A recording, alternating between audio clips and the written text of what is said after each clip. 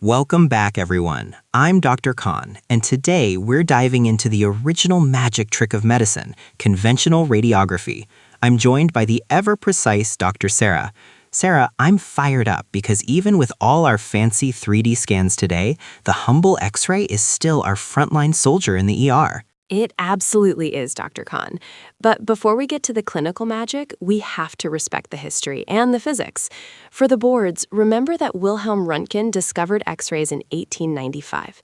He realized these rays are a form of electromagnetic energy with short wavelengths that can penetrate substances visible light can't. It's the foundation of everything we do in imaging. Exactly. I like to think of an X-ray like a super-powered flashlight. If you shine a regular flashlight at your hand, the light just stops. But X-rays are like a flashlight that can shine right through the soft parts of the house and only get stopped by the brick walls inside, the bones.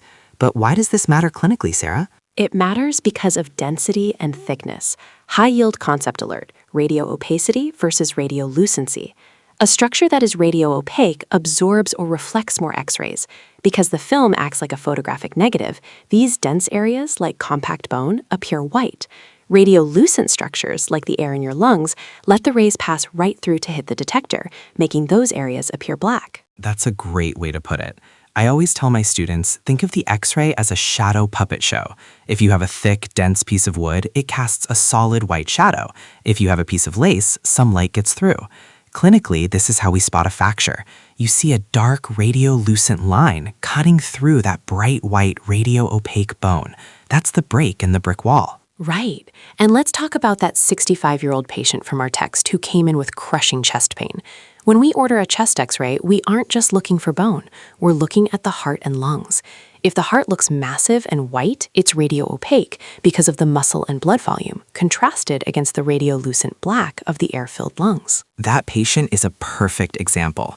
We suspect a myocardial infarction, and while the X-ray won't show the dead muscle directly, it tells us if there's fluid in the lungs or if the heart is enlarged. But Sarah, help the students out with the orientation. I see people get PA and AP mixed up all the time. This is a classic board question. Standard chest X-rays are usually PA, or postero-anterior. The X-ray beam enters the patient's back and the detector is against their chest. Why? Because the heart is in the anterior chest. The closer an object is to the detector, the sharper it is and the less it's magnified. If you do an AP, anterior-posterior, the heart is further from the film and looks falsely enlarged. You have to know your projections to avoid a misdiagnosis. That's such a key point. Magnification is the enemy.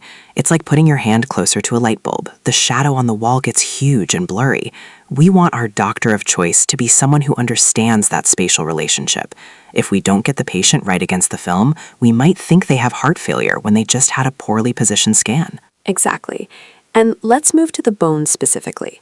We mentioned radio-opacity. In skeletal pathology, like rickets, we see a widening of the epiphyseal plates. Clinically, the cartilage there isn't mineralizing properly. Since cartilage is less dense than bone, it appears more radiolucent, which creates that characteristic frayed look on the X-ray. And why does this matter clinically? Because if we don't recognize that radiolucent widening, we miss a systemic metabolic issue before the bones start bowing.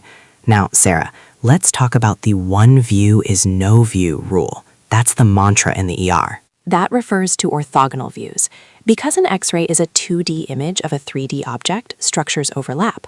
A bullet could look like it's inside the femur on a front-to-back view, but when you take a lateral or side view, you realize it's actually stuck in the soft tissue behind the bone. You must have at least two views at right angles to each other to truly localize anything. It's like looking at a coin from the side. It looks like a thin line. You have to turn it to see it's a circle. I've seen residents miss a posterior shoulder dislocation because they only looked at one view. The bones looked like they were touching, but they were actually slipped way out of place in the third dimension. Precisely.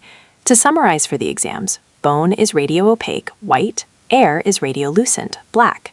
PA views minimize heart magnification, and always look for two orthogonal views to understand 3D relationships. Beautiful.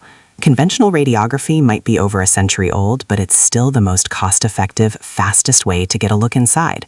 Remember, radio opacity is about density. Thanks for joining us today, everyone. Keep looking for those brick walls in the shadows.